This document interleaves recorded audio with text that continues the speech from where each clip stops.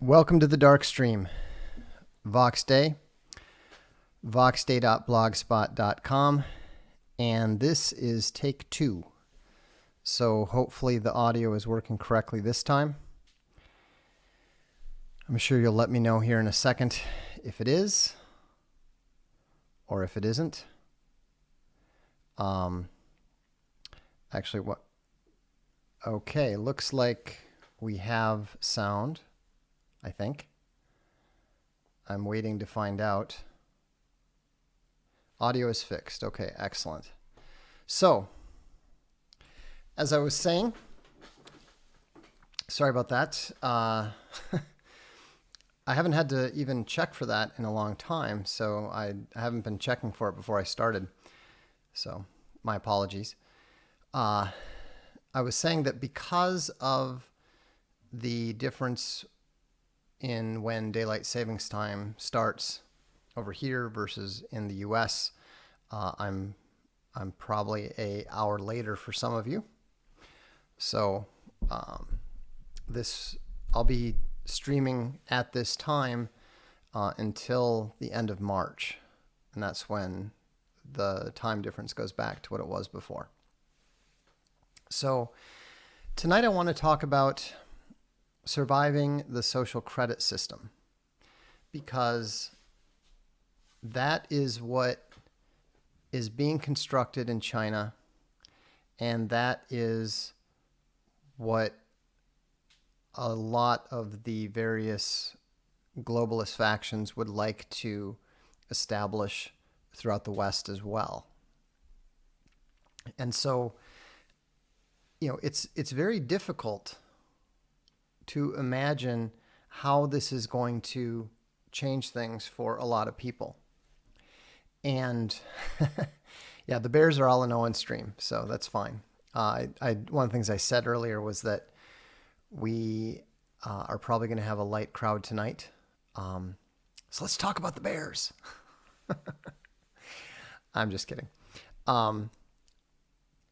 But the thing is that I'm not sure that the social credit system is going to be established, because right now we're essentially running a race between the globalists attempting to construct this entire financial, social surveillance system and the collapse of the system overall. And if you look at the way that these systems function, there's a fundamental contradiction between what the overall objectives of a lot of the globalists are and the way that their system fundamentally works. And this is where it's very confusing at times, because if you look at what's necessary for a global surveillance system to work, is that you have to have a functioning infrastructure. But the more complicated the system, the more complicated the infrastructure, the more that's required to keep it functional, and the more likely it is to collapse. And the answer, I think, is not to try to resist it, because saying that you're going to resist something of this magnitude is like saying, well, I'm going to resist war. I'm going to resist famine. I'm going to resist plague. Well, that's not possible for an individual. And I'm not saying this to frighten anyone. I'm not saying this because I'm anyone's shill.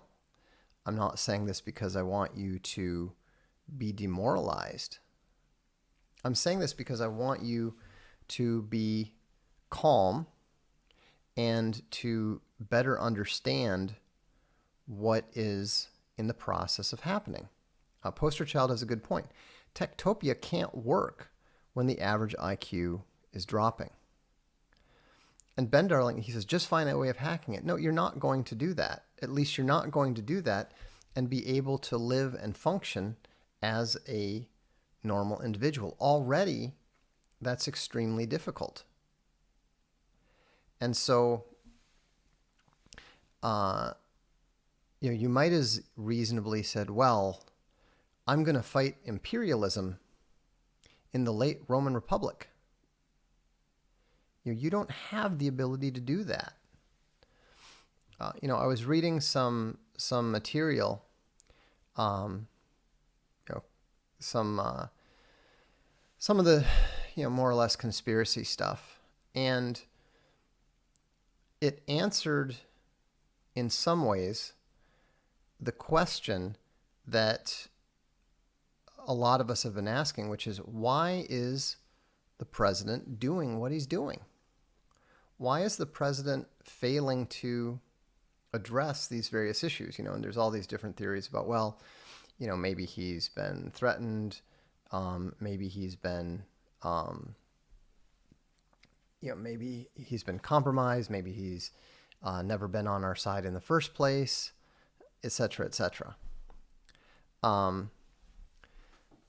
But the argument that I find most convincing is that the system is so totally messed up, so totally corrupt, and so totally interwoven with evil that it's not possible to drain the swamp without the entire thing crashing down. If you look at what happened in the Soviet Union, if you look at what happened in Russia after the system fell apart, you saw a society in not quite free fall, but definitely serious decline. Life expectancy dropped by like 12 years. It was if the same thing had happened in any Western country, just let's say as part of the economy or something, it would be considered, borderline end times material. And so I think this is why this may be why Trump has been focused almost monomaniacally on the economy, on the stock market, and all that sort of thing. Now, I think honestly that Trump's perspective is probably incorrect.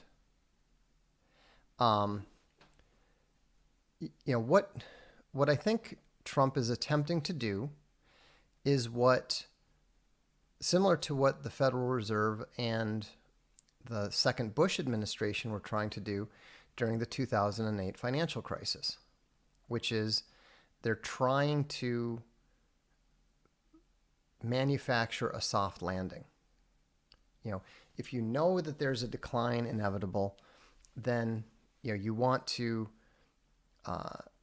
provide, have as much time as possible to ensure some kind of softer landing than you're anticipating. And so the problem with that reasoning is that there's only so much that can be done. And especially when a lot of the problems are continuing to get worse. Is the problem going to be better or worse if there's another, 20 million foreigners in the country? I don't think so.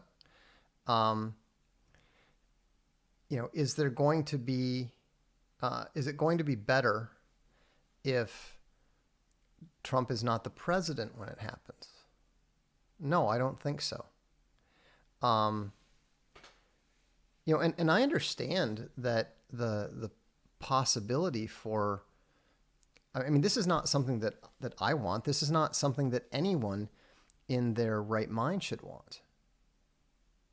But there is something to be,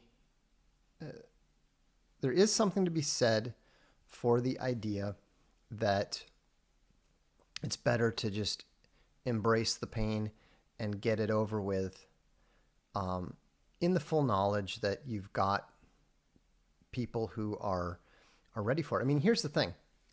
If Americans can't handle hard times, then who can?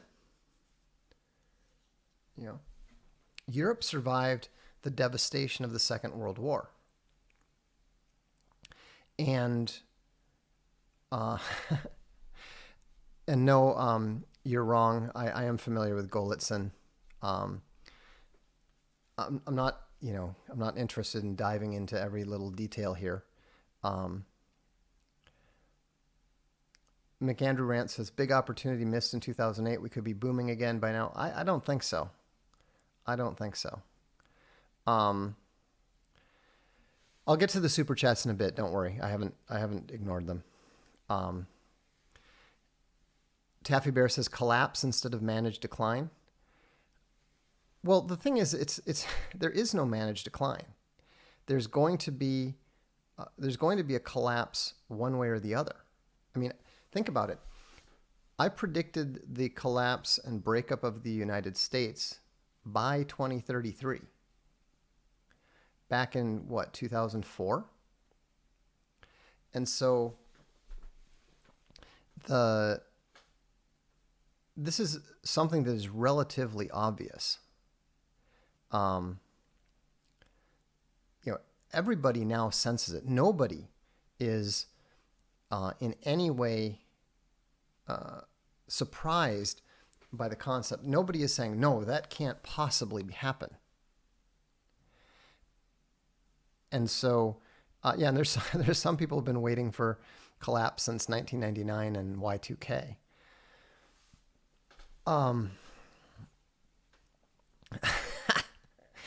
We're not going to go Bernie or Yang in 2020. Okay, that's absolutely not happening. And Dr. Britton is right. There has to be winter before you can have spring. But the thing to do is to do what Owen Benjamin's doing. The thing to do is to structure your life so that you have the maximum opportunity to survive or possibly even thrive when the complex society is falling apart. And that means simplifying your life. That means not getting caught up in these games of buying the most expensive car you can and living in a cool apartment downtown. And obviously you can't talk to other people about this sort of thing. You can't try to communicate this sort of thing to your friends who don't see this way. And you have to not waste your time trying. You have to not bother trying to convince people of things that they just genuinely don't want to believe. Nationalism is coming back. Nationalism is going to come back because the pendulum always swings back. We are actually we have passed the far extent of the globalist openness, credit bubble, et cetera thing. And so Chaz says, can you survive in the suburbs or do you need to be out in the country? I think that you would be better off out in the country. You know, you're better off if you have uh, the ability to, or at least ready access to where people are capable of growing their own food and so forth. Um, the problem is we're herd animals. Most of us are herd animals, and it most of us won't do anything unless and until enough people around us do it, and that's a huge mistake. You know, um, Carolyn Eckler says, "Head down to New Zealand, folks." Well, that's where all the rich people are heading and so forth. Jay of NYC said, "Should I learn how to smelt metal?" You should learn any sort of skill like that you can acquire. And Daniel Kim says, "Please don't move to the country and demand it be just like the city." Yeah, I don't think that's too much of a concern. I don't, I think that we're talking, I think we're talking about a relatively short time period here.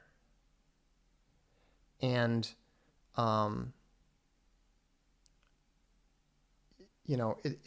mean, I'm not talking about like days and months, but I think we're talking about years rather than decades. And,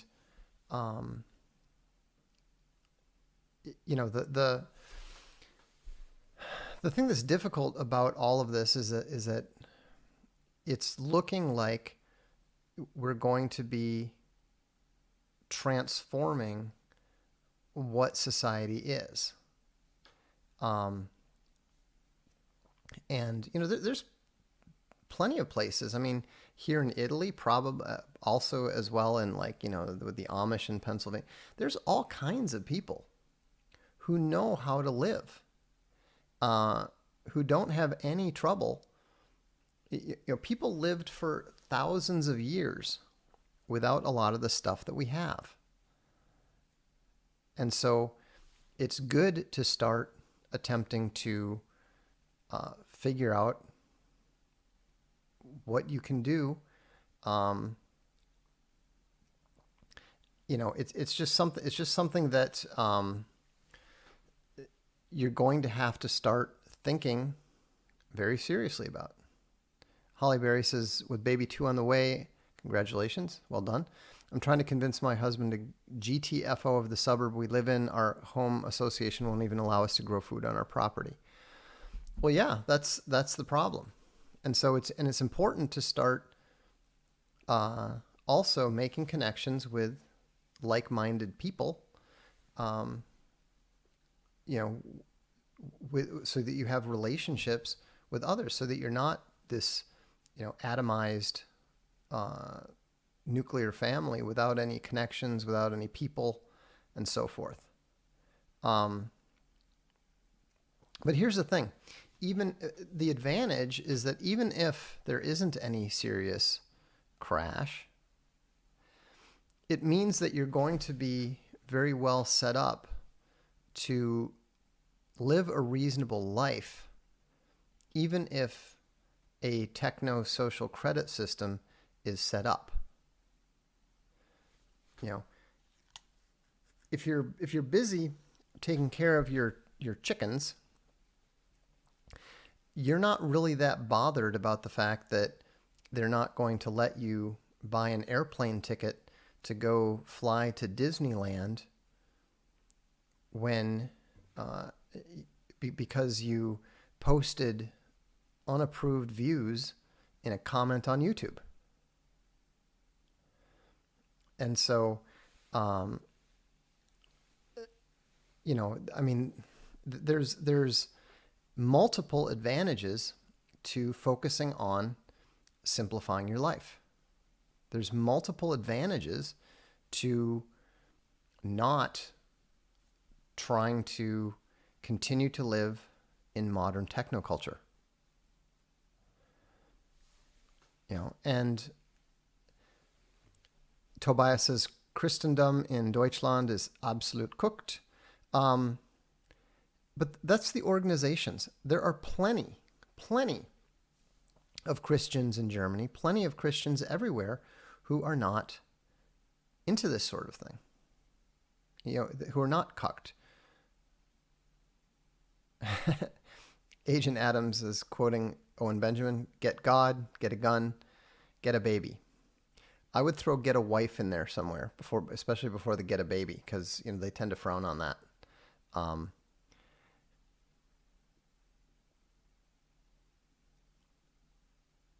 Neuroshock says, LOL, dude, don't do that. It's very gamma.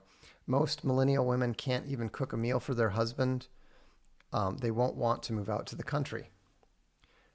Of course they won't. But I guarantee you that there's more than a few of them that understand on some gut level that something wicked this way comes. And those are the people that, those are the kind of women that you want to be with. It's about becoming realistic about what is possible.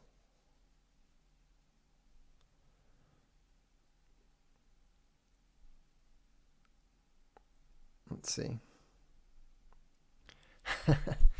The thing is that I'm not telling you that I like how Owen said all women are crazy, marry one and just deal with it. Remember, women need a male leader. Women look for male leadership. So you have to provide it.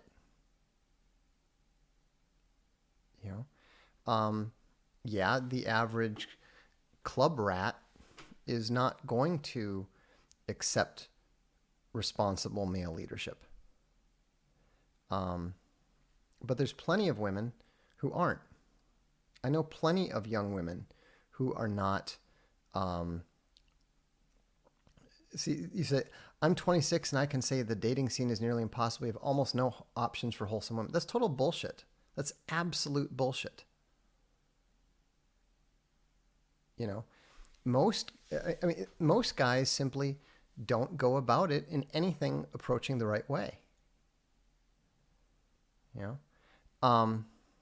Vox, do you think the 6 states of New England will become a country like leftist Sweden when the breakup happens? I think that's entirely possible. Do you predict the geriatric socialists will face the God Emperor in 2020? No, I don't believe so. How am I supposed to find time to get married, Vox, when I have to finish A Throne of Bones? Dude, it's a long book, but it's not that slow.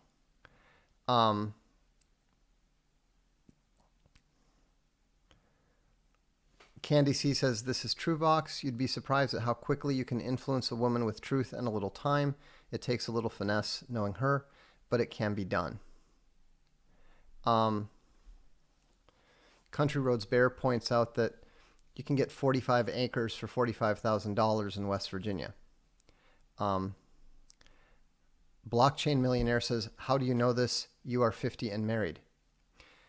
Because I belong to a soccer club. I am around kids from the age of 15 to 25 several times a week. I'm on, I know, I'm around it. I see it. I'm not saying that there aren't some issues, but most of the young men and most of the young women are relatively wholesome.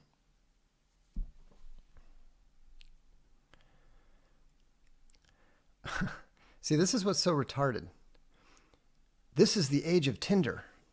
Women have kill counts in the triple digits. Okay, Blockchain Millionaire, let me remind you, I am much more intelligent than you are. I am vastly more intelligent than you are. Let's do a little, here's why I'm going to show you that it is really foolish to try to take on somebody who is your intellectual superior. So you're saying, this is the age of Tinder, okay? What are the total number of Tinder Total US users. Okay. As of late 2014, they claimed that there are 50 million people on the app every month. Okay, that's impressive. However, 60% of them come from outside North America. So, can you do the math? 50 million people times 0.4 is 20 million people. How many people live in the United States? 320 million. So, if you look at how many people are even on Tinder at all, and that's assuming everybody on Tinder is bad, and that's assuming that Tinder, unlike Facebook and every other social media company, is reporting their numbers accurately. That means, and also, let's see, we also need to figure out what is the Tinder split. Tinder male-female ratio. Let's see here. Tinder revenue and usage. Okay. User statistics. Interesting. They don't seem to report how many are male versus female. Oh, also, 12% of male Tinder profiles identified as homosexual or bisexual. Okay, so we can immediately eliminate 12% of that 20 million. What percentage of Tinder use? And 67.8 are male. So we divide that 20 million, or we multiply that 20 million times 0.322. That's 6.4 million. Okay. Now, how many women are there in the US between the ages of 18 to 50? Because we'll assume that 50 is pretty much the... Okay. There's 158 million US females. Women aged 18 to 44 account for 35.6%. Okay, so we'll just go to 44. So 0.356 times 158 million is 56,248,000. Meanwhile, there are how many women on Twitter? 6.44 million.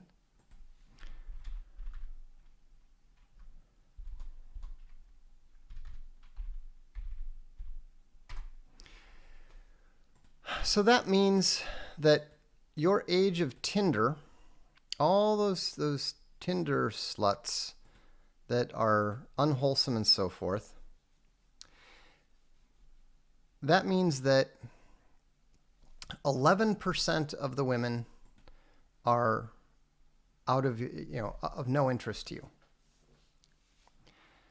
All right? 10% essentially. Now, so your point is stupid. Your point is ridiculous.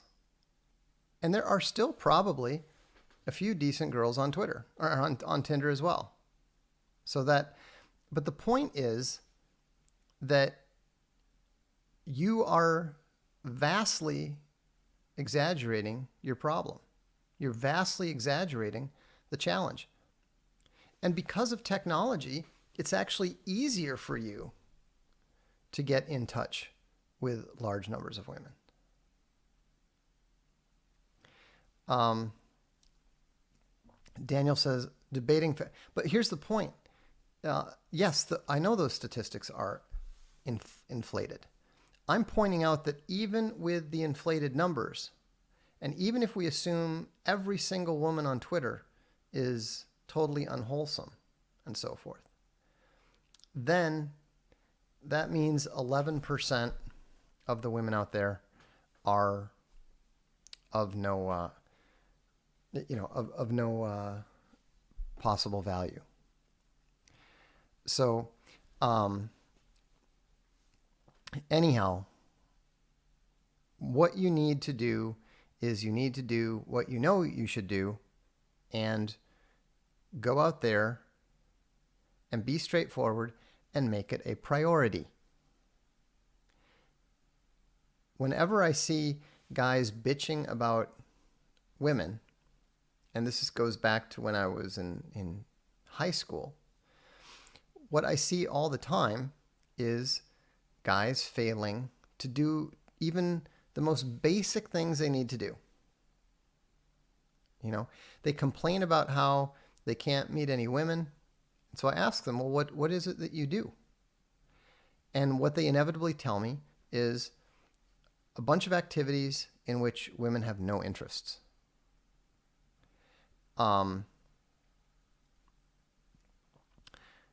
Daniel says, I demand to interview your wife. The fans want to see the one person who can best you.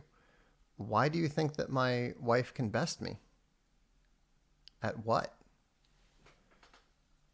I'm not one of those. I'm not one of those guys who. I don't ever let Space Bunny win because she's a very, very poor winner. She actually has multiple dances that she will perform.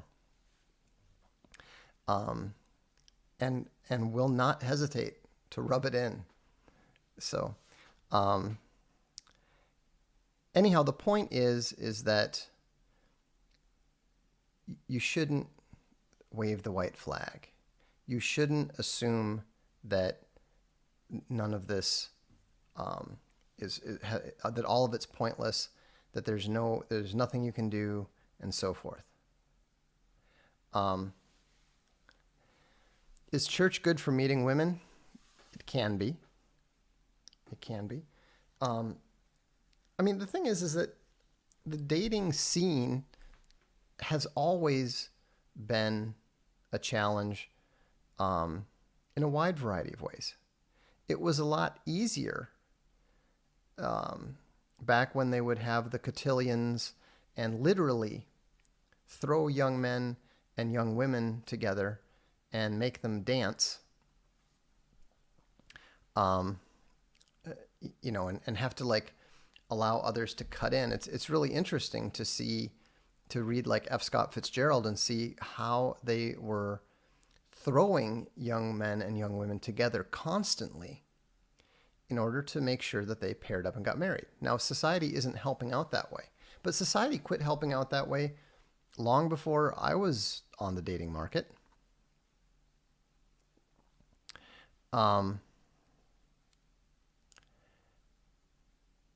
I'm not saying that it's easy.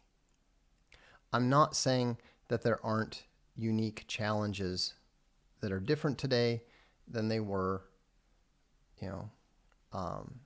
20 years ago, 40 years ago, whatever.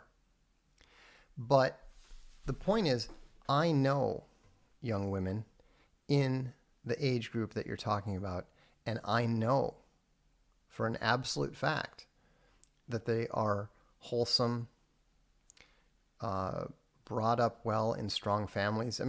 If you want to try to find a woman who is a good and wholesome woman, I suggest that you look for women who are homeschooled. When you run into a homeschooled girl, then you know that there's someone who was probably comes from a strong family, who probably comes from a fairly conventional family in some ways.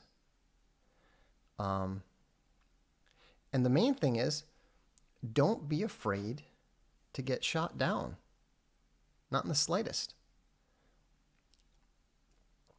Do you think there is wisdom in arranged marriages? Yes. Neuroshock says there are so many single women nowadays that refuse to settle down with only the highest value male. Maybe. I doubt. Do you think that hypergamy is new? It's not. The difference is that, they have the ability. The more attractive women have the ability to pair up on a short-term basis with more attractive alphas, and then that does tend to overrate their own attractiveness. But what I see from most guys is they considerably overrate their own attractiveness, and they insist on only pursuing the kind of women with whom they have no shot. Okay? If you are 10 pounds overweight, then you should be pursuing a woman who also has some downsides when it comes to her attractiveness. You need to be entirely realistic. And you also need to understand that the point of marriage is not marrying the absolute most attractive woman that you can find. It's not. And the same is also true. For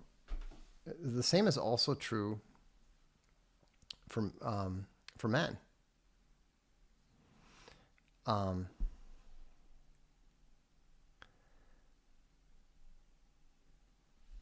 Mamusia S says, so many women think they are so hot. I think that you don't understand that women put up a front. Women have to put up a front because they are constantly being approached. They're constantly being hit on. You can see it at the gym. You can see the way that a woman's shields just go up because you happen to be there. I'm old enough now that I don't necessarily set off a younger girl's defense shields, especially like at the gym where they know my wife. But even if I'm talking to a younger woman that I know, like maybe we're on the treadmills next to each other or something, I can see the way that the mask goes on instantly. We might be having a conversation and, she's perfectly expressive and friendly and just, chatting about whatever. And then some young guy will come up and say hello. And it's just, cold expression, no warmth in the voice instantly. Why? Because she's there to work out. She doesn't want to be hit on or chatted up, or she's not interested in that particular guy. And so that's what you need to keep in mind. All right, I'm going to do some super chats here. Forebear.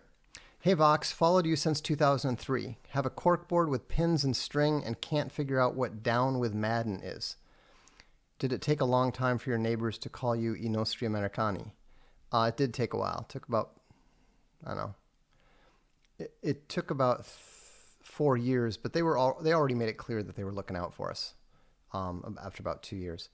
What Down with Madden is, it's a Madden football.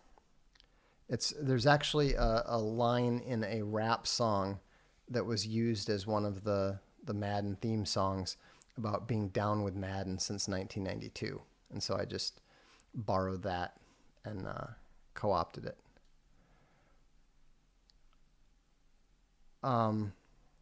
Candy C says, I used to play down my attractiveness with defensiveness or standoffishness because it was overwhelming. So what Vox is saying is very on point. Look, I know exactly what it is that they do. I mean, you know, Space Bunny is like notorious. She's been notorious at all 3 of our gyms, for her Ice Princess death stare. She, I mean, people, when I'll meet them and we'll be talking, and then they'll be like, "Wait, that's your wife?" I'm like, "Yeah," and they're like, "She's so cold." I'm like, "Not really. She just doesn't want you to talk to her." It's not that hard. Neuroshock says there wouldn't be game or PUA if it was as simple as just approach someone like Vox is saying. Neuroshock, I know more about pickup artistry than you've ever read. My blog Alpha Game Plan, which I no longer maintain, was considered one of the better game blogs out there. All right? I know all about game. I understand how it works. I understand why it works. I understand its limits and so forth. I'm not saying that just approach someone and be yourself and they'll love you. They'll be lucky to have you. I'm talking about a necessary but not sufficient condition. Again, as much as I hate to say it, try to remember that I'm much more intelligent than you are. I'm also 50 years old, so I have a lot more experience than you do. And the point is that approaching a relatively large number of women is a necessary, though insufficient, condition for most men. Your results are not guaranteed. You're absolutely not going to have every single girl that you talk to be interested in you. But you know what?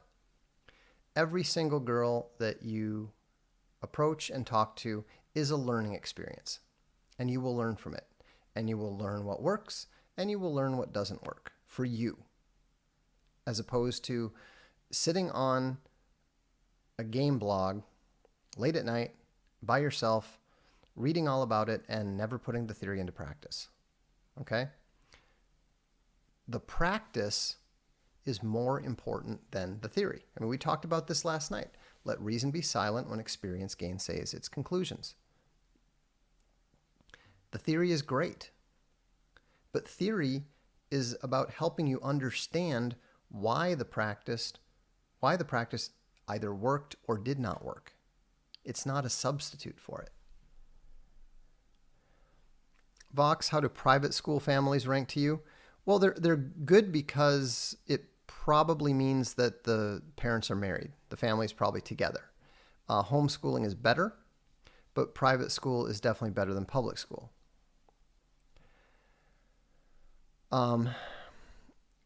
Vox, you said years ago you were down with Madden with your son and could easily beat him. Does that still hold true today? Neither of us plays Madden any longer. Delawarean says, I think the alpha game stuff is silly, but that's just my opinion. That's just because you're ignorant. It's not silly. It's absolutely observable.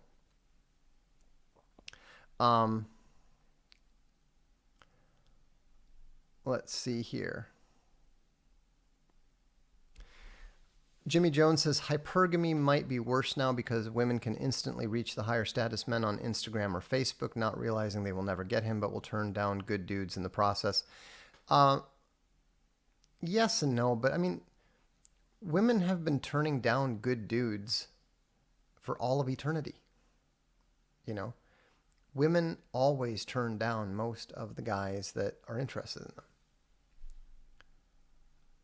And the other thing too is that, as I have seen over the years, most of the guys who are attractive to the women are never informed of that by the women. There are probably several women who are attracted to every single guy here, except for maybe a few of the Omegas. But you don't know. You have no idea. And so you have to figure out how to do that.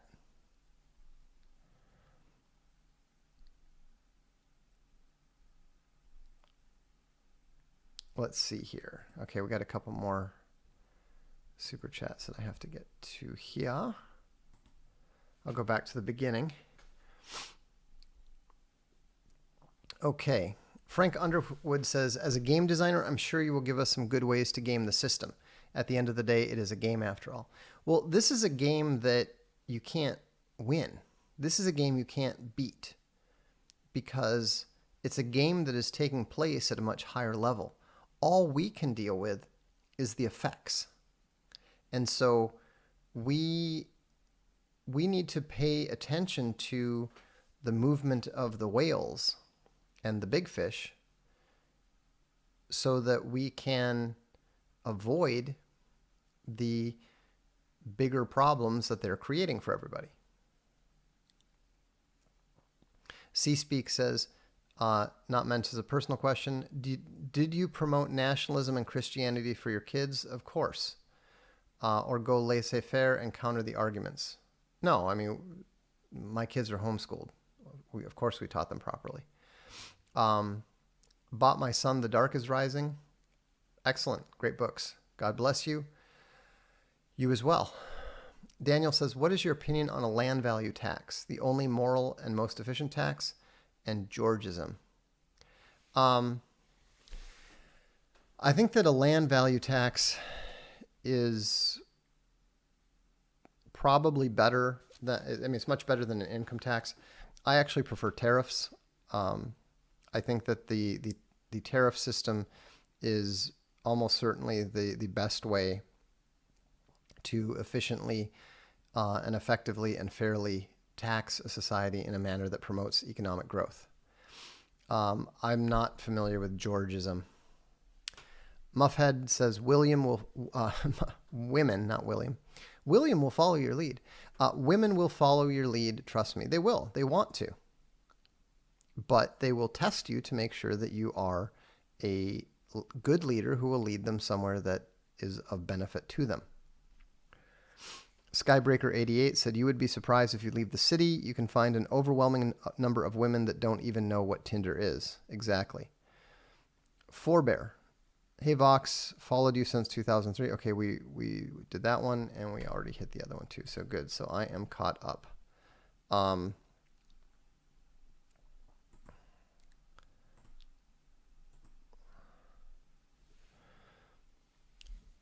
Yeah, I tend to agree with Maurice. He says, a lot of you are giving up hope. It's pathetic. You should always hope. You know, I've seen no shortage of guys that, you know, it amazes me that anyone can be attracted to them. But there literally is somebody for everybody.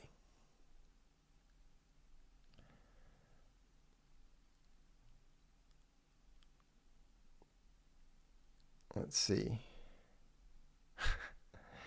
Henry George was an economist from the 1880s. Yeah, I'm not familiar with him. Now can we talk about social credit? Well, we already talked what we wanted to talk about with regards to social credit. You know, I don't need to explain to you guys what social credit is. Remember, if Rogan can do it, so can you. Apparently I missed a super chat from yesterday. Let me see where that one is. Bear Goldsmithing.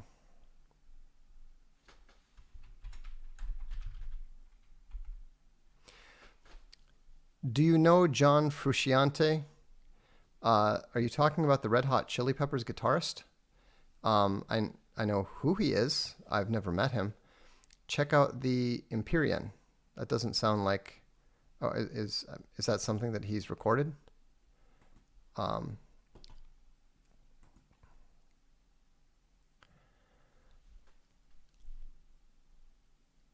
see. Vox, what's the most you've ever been in debt? I've never been in debt. I don't do debt. I'd rather do without than borrow it.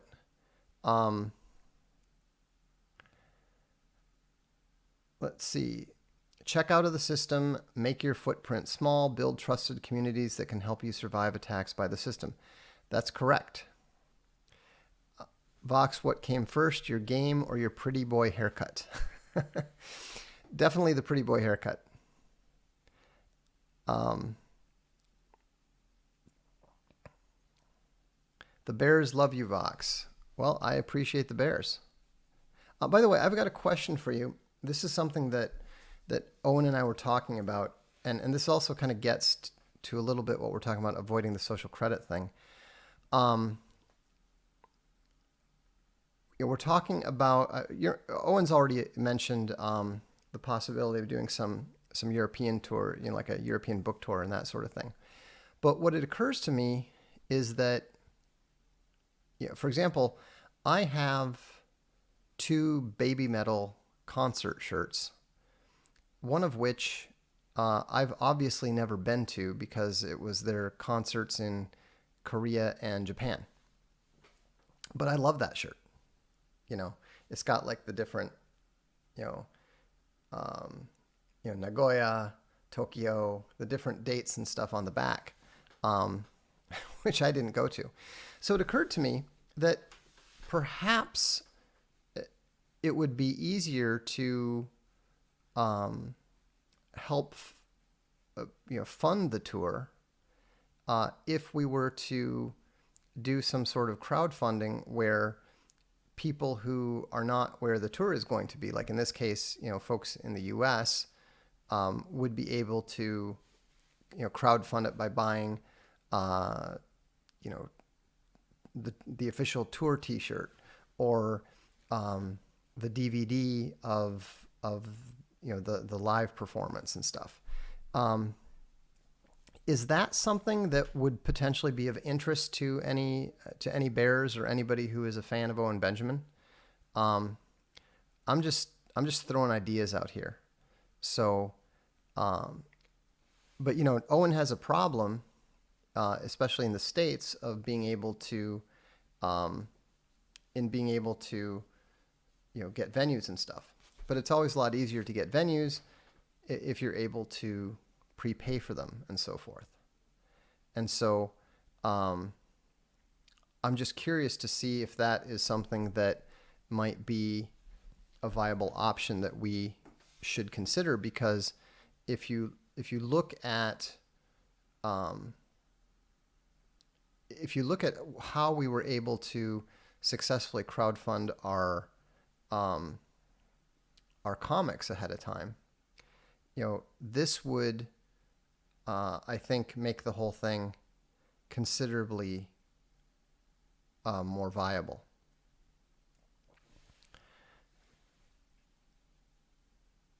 Vox, what is Martin Van Creveld's best book for a military historian? Definitely The Transformation of War, and then also the A History of Strategy. Those are the 2 best ones, in my opinion. Well, what I'm thinking is that this is the kind of thing that is going to benefit everybody who is in the Bear community, because those who have benefited from it on the one side, the folks in Europe, can turn around and help do the same thing when it comes time to do a tour, in the States, in the Southwest, et cetera, et cetera. So, anyhow, that's interesting. Yeah. Beach Bum Bear, we're with you. I wouldn't trust England either. Yeah, even posters too. We have a great setup with Crypto Fashion.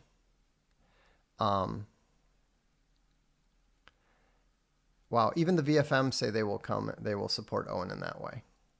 So, no, I will not tour the U.S.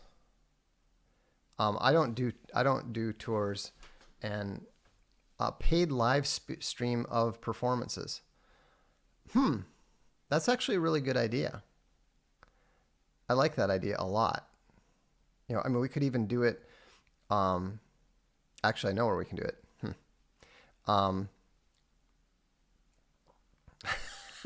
John McClellan says the USA will not break up in 2033, but rather expand and annex Canada and gain a new spirit of purpose and strength. All right. Well, one of us is going to be right. We can't both be right. We need the Bears and the Vox SS regiment. Yeah, I don't think that's a good idea. A watch party. Yeah, I think coffee mugs. Okay. I've never met Owen in person, no. Busy typing, but I agree with whatever you said about Owen. When are you going to jam live with Owen? I don't have enough musical ability to do that. Maybe if he gave me a really simple bass line or a simple keyboard riff. Remember, I used to play in a techno band. So the parts that all I needed was a sense of rhythm, you know. I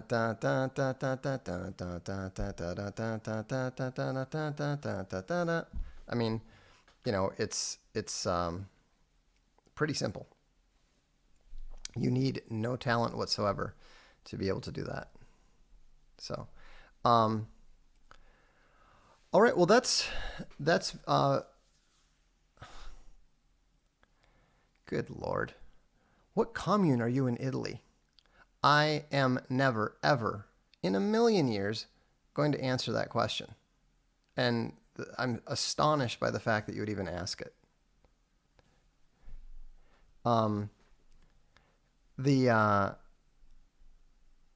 Let's see.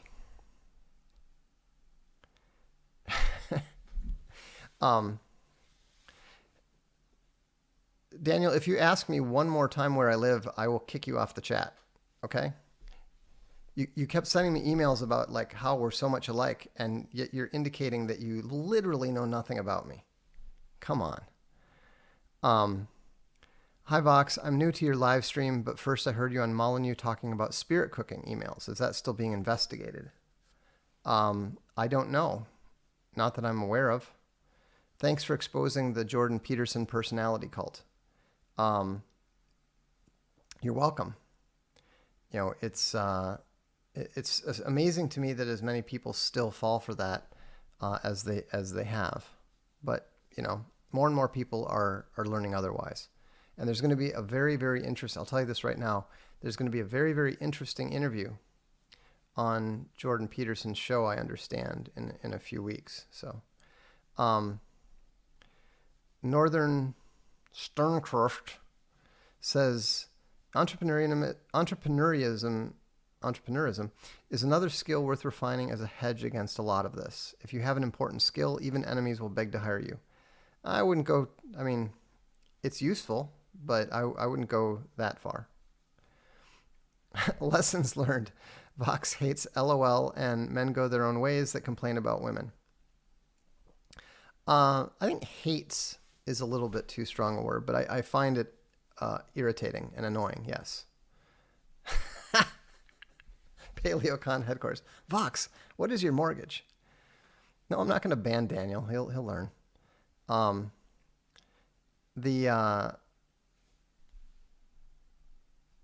Let's see. Can Omega Man go any lower, or is that the lowest? That is the lowest.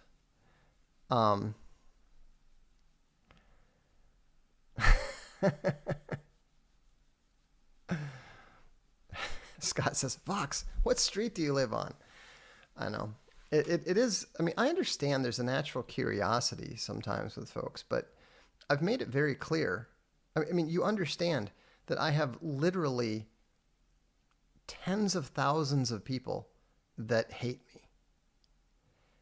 You know, it's absolutely ludicrous to ask anybody who is in the public eye in any way, especially somebody who is controversial in any way, to reveal any of their personal circumstances to you, and especially in public. I mean, I wouldn't do it anyhow, so don't bother emailing me about it. But the point is that, you know, I did the math the other day. It was kind of funny. People were talking about how e-celebs don't respond to their email. Somebody was actually complaining about getting blocked by Talib. And they were talking about how, it only takes a few minutes to respond to somebody. And I pointed out that Owen has 236,000 YouTube subscribers. It would take him more time than there is in the month to respond to everybody if they emailed him in a day. So, it's very, very important to respect the boundaries. Whether it's in this venue or whether, if someone like Owen goes on tour, it's very, very important to respect the boundaries. That doesn't mean that I'm not grateful for the support you guys show. You guys show amazing support. I know that Owen's very appreciative of the support that he's been given, because that's what has, picked him up after he got kicked out of Hollywood and blackballed and kicked out of his career. You guys have made his return possible. I know he appreciates that. But we have to have lives too. And we have lives that are not part of this whole, social interaction, public interaction, etc. So just something to keep in mind.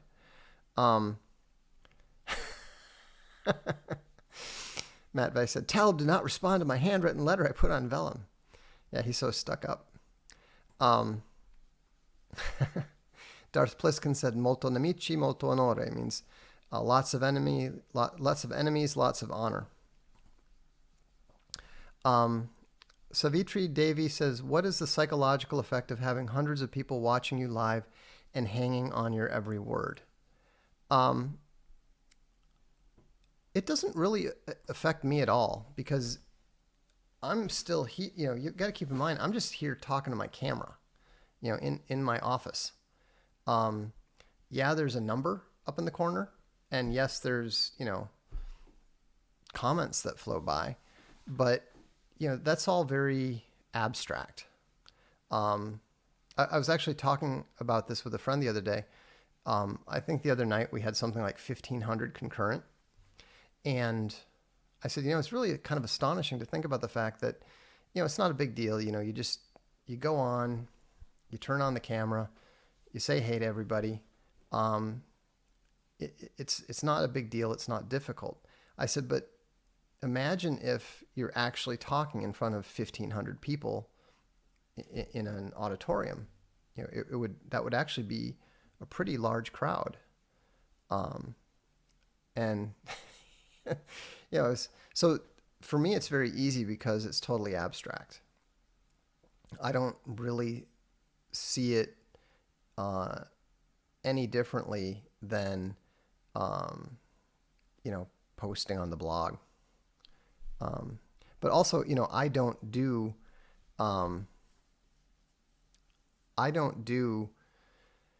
the public thing. I'm not going to go on tour. I'm not going to do speaking engagements. I've been turning people down who've been asking me for speaking engagements since 2001. I've never done one. The closest I ever came was I seriously considered doing one at the University of Tennessee. And then I just decided, I just didn't want to do it. Do you think Cerno is nuts for parading his wife and kids on the internet?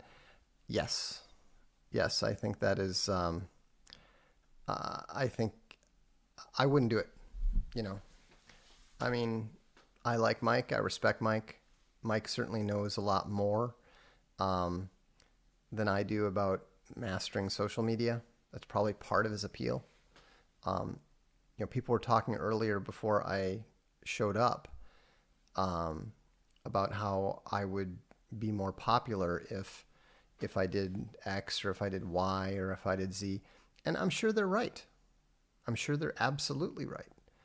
But I'm just who I am. And I'm not interested in becoming a media star. I'm not interested in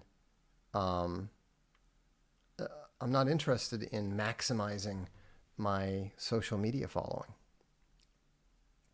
And so Travis Moss says, do you think Peterson will be forgotten in 5 years?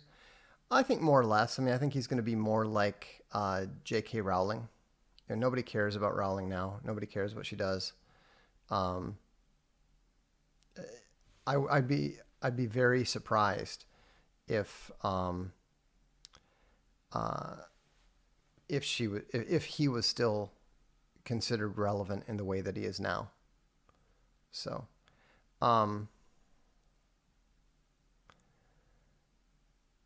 anyhow, all right. Well, I'm going to call it an evening. So thanks for tuning in. I appreciate it.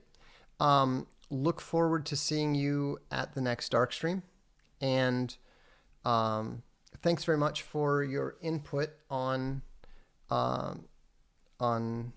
some of the ideas with regards to a possible tour. So have a good evening. This is the Darkstream. I'm Vox Day.